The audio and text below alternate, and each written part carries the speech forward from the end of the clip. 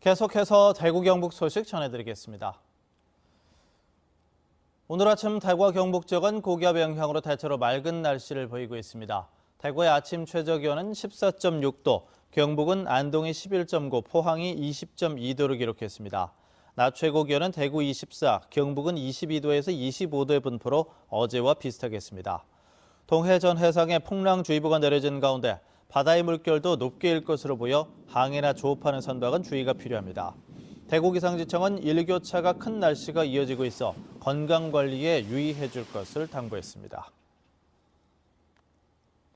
축의 중등 축구연맹전 우승을 차지한 안동중학교 축구부가 한국 대표 자격으로 스페인 레알 마드리드 컵 대회에 초청됐습니다. 12월 대회를 앞두고 훈련에 매진하는 선수들을 홍석준 기자가 만났습니다.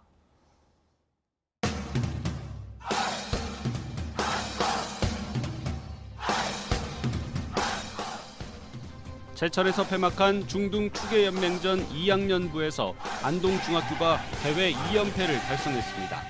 5년 전 첫 대회 우승 이후 해마다 4강에 오르며 2학년부에서만큼은 전국 최강 자리를 이어가고 있습니다. 올해는 우승팀에 주어지는 스페인 유소년 대회 출전 자격도 얻었습니다. 한국을 비롯해 12개 나라가 초청됐고 스페인에선 대회 주최 클럽인 레알 마드리드를 비롯해 명문 클럽 소속 유소년 팀이 대거 출전합니다. 저희가 여기서 우승해갖고 나가는 거니까 그냥 거기서 열심히 여기서 했던 것처럼 열심히 하면 좀 좋은 성과가 있을까 생각하고 있어요.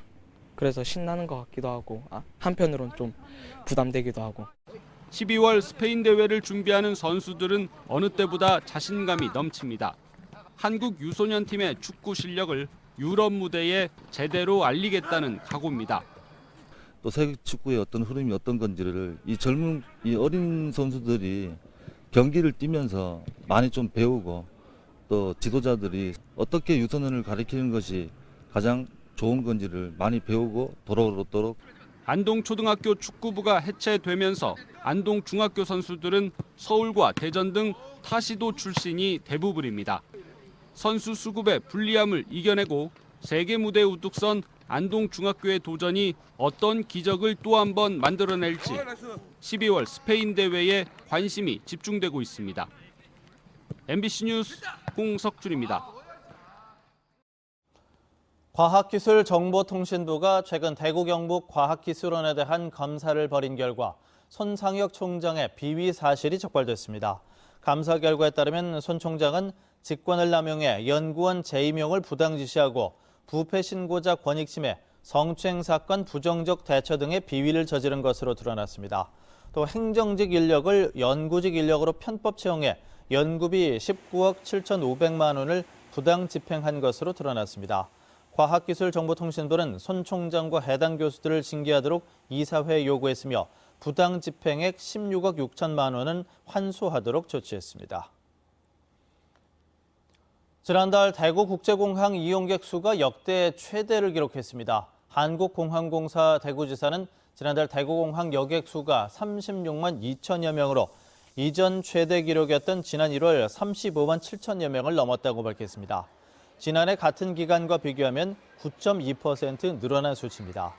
국내선은 지난해보다 6.5%가 줄었지만 국제선에서 28%가 늘었습니다.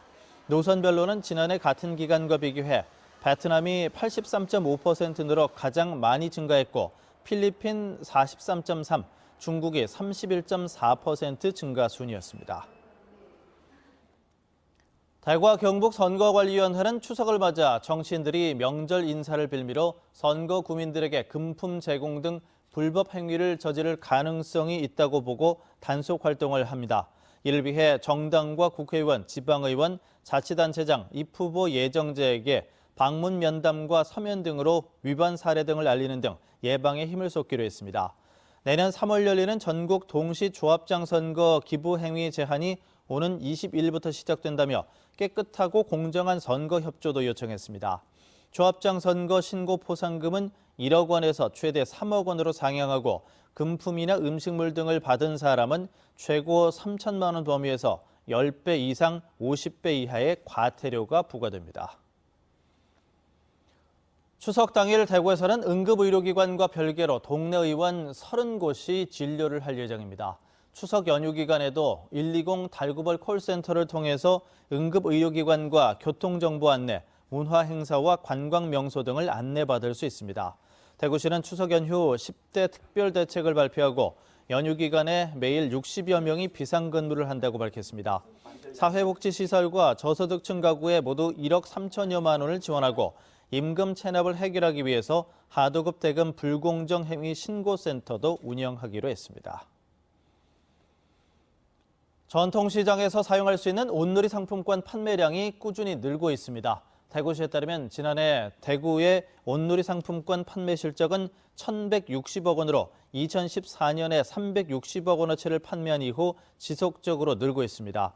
올해도 8월까지 980억 원어치가 팔렸습니다. 판매된 상품권을 대구 지역에서 사용한 비율은 131%로 전국 1위를 기록하고 있습니다. 대구시는 올해 온누리 상품권 판매 목표액을 1,500억 원으로 잡고 오늘 오전 대구은행 시청 영업부에서 판매 촉진 행사도 벌일 예정입니다. MBC 뉴스를 마칩니다. 고맙습니다.